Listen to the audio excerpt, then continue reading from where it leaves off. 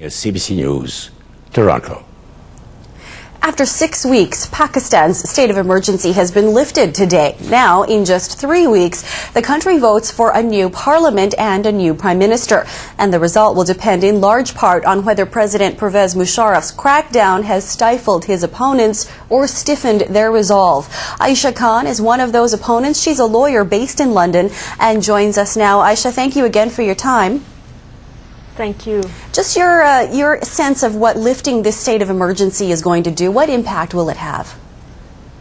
Well, he says he's lifting emergency, but it's important to point out that 50%, more than 50% of the superior judiciary who refuse to take oath under the provisional constitutional order are still under house arrest, even after the emergency has been lifted.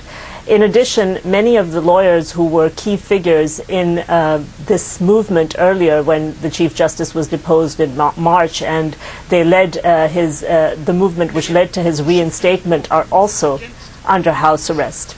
So given that situation, then, I'd like to just look ahead to the elections that are expected in a few weeks. Then, how do you expect that is going to unfold? Well, you know, it's the belief in Pakistan is that the elections are being used largely as a diversion.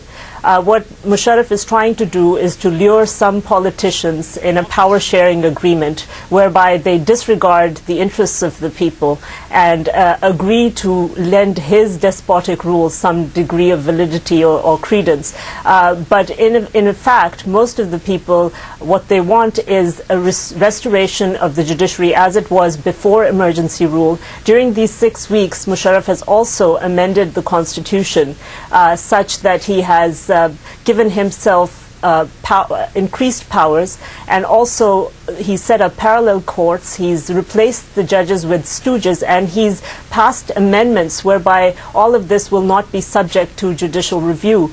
Under the Pakistani constitution, when the president amends the constitution, he needs parliament to ratify it by a 2/3 majority. But he has amended that to give himself, to dispense with the need for that ratification, and also to dispense with any kind of judicial review of all the illegal measures that he's taken. These elections nobody is expecting any meaningful results from them. Elections are only useful if they lead to participatory governance, where people feel their interests are represented.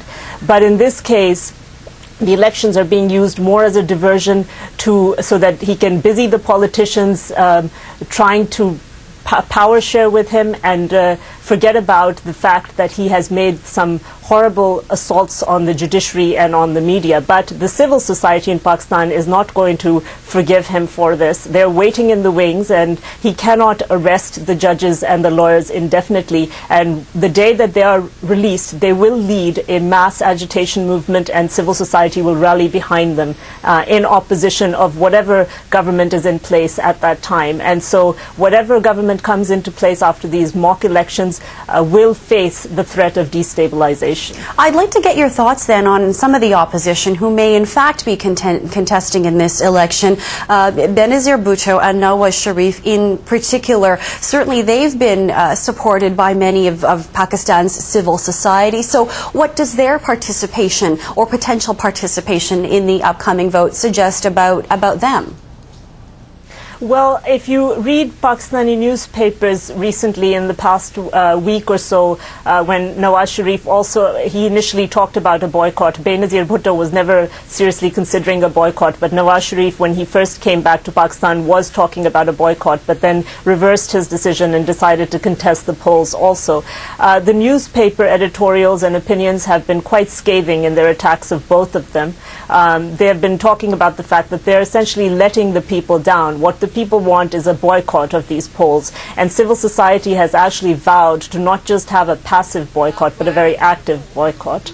In addition, there is the president of the Supreme Court Bar Association, who is also a member of Ms. Bhutto's party, has decided that he will not go ahead with the polls. Similarly, a few members of Nawaz Sharif's party have also decided the same thing, and people are really rallying behind them, and that is why they continue to be detained. I think in months to come we may see that they are the ones who are really representing the interests of the people, and Ms. Bhutto and Nawaz Sharif's power bases may be eroded in favor of those people who are really looking out for the people's interests and taking a principled stand at this point. And what about just the reaction or the response so far from the international community? What do you think their role is or should be in this conflict?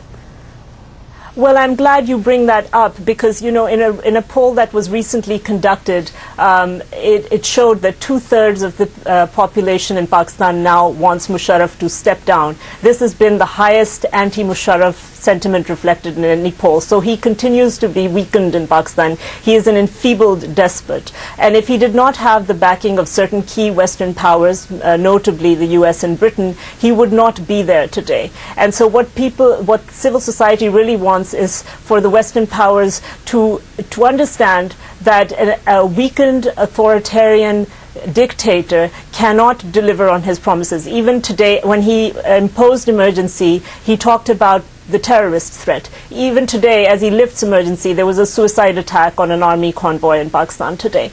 And what the West needs to understand is there's really an opportunity here in the civil society movement, which is a liberal, secular movement, which has a vision for a democratic and progressive Pakistan, which can really serve as a counterbalance to the growing fundamentalism in our community. And they need to understand this convergence of interests between the civil society movement and what the West wants to see in the Muslim world.